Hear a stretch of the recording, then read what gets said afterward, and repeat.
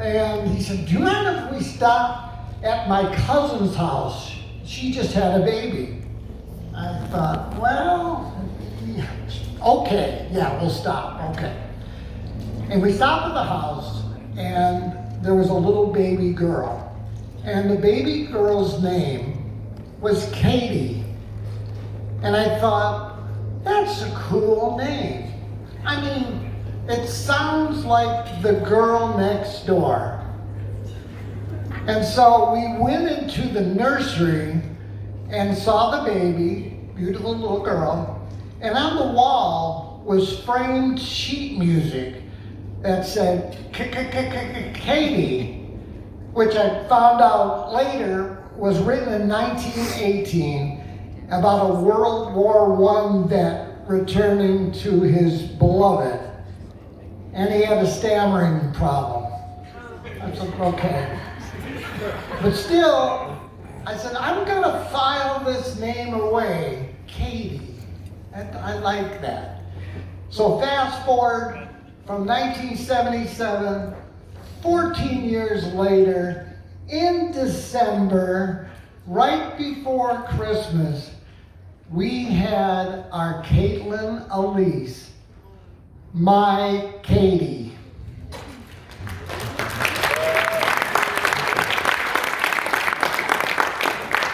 Now, Katie has been the same all of her life.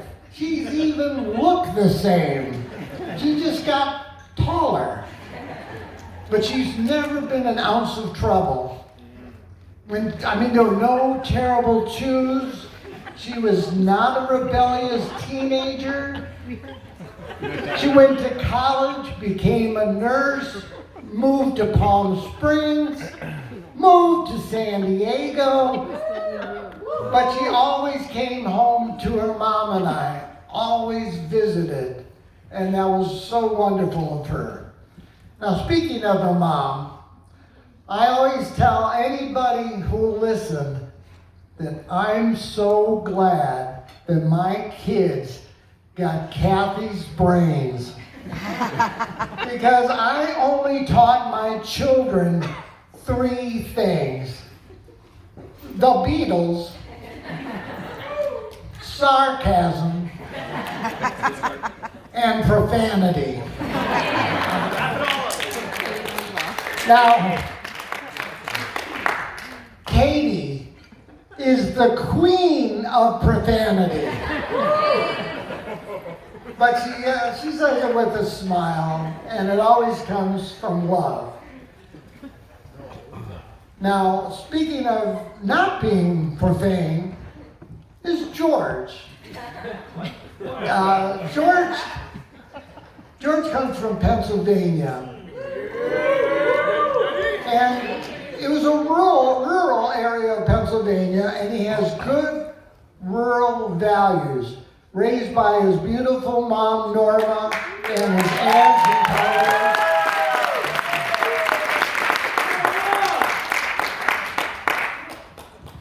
And he loves everything about Pennsylvania: wide open spaces, fall, winter sports. He really has a passion for snowboarding. He wanted to share that passion with Katie. So they and another couple went to Utah early on in their relationship. And the morning they would go to the slopes, Katie's car would not start. And she was so frustrated. She said, George, just go.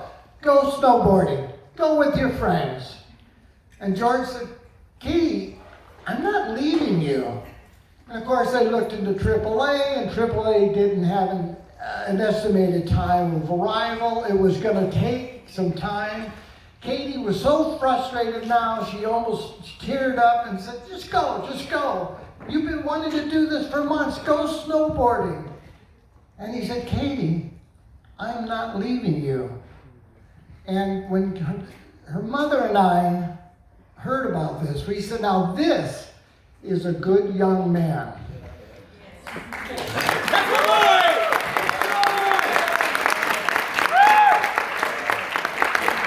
Now, a couple of months later, they went on their first out-of-the-country excursion. Okay, they went somewhere in Central America or South America. I don't know. I just see pictures on Facebook. But anyway, the morning that they were to depart, Kathy woke up and she felt nervous, a little unsettled. And she got up and got to her cell and called Katie and happened to catch Katie at the airport and said, look, honey, I don't want to scare you, but I just want you to be really safe on this trip. George was standing next to Katie, heard the conversation and said, don't worry, she'll be with me. I'll protect her. And at that moment, Kathy was so relieved and comforted that really without even thinking, she said, thank you, I love you. And George said, I love you too. And at that point, we were absolutely sold that George would be the one for Katie. Yeah. Now, going back to that sheet music from 1977, I found out recently from Kathy that your grandpa would sing that song to you when you were a baby. I didn't know that. And he sang the chorus. Katie, beautiful Katie, the only girl that I adore. When the moon rises over the rooftop, I'll be waiting at the kitchen door. Now, instead of her mother and I waiting, it'll be George. And we couldn't be happier. So everybody, raise your glasses to the beautiful bride, Katie, my Katie, and the handsome groom, George. Salud!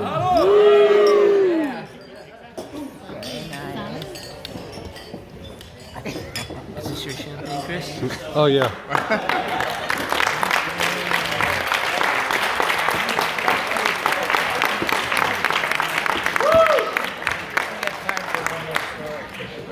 Can we please give it up one more time for